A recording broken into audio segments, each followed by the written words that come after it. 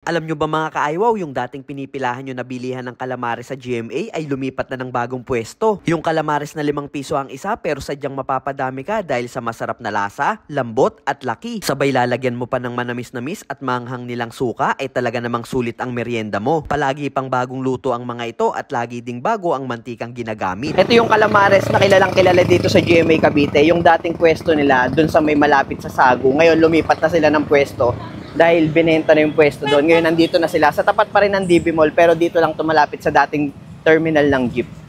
Kung natin. Ang sarap pa rin ng calamares talaga nila. Tapos yung suka. The best. Tapos laging bagong luto yung mga calamares. Up. For only 5 pesos lang yung isa.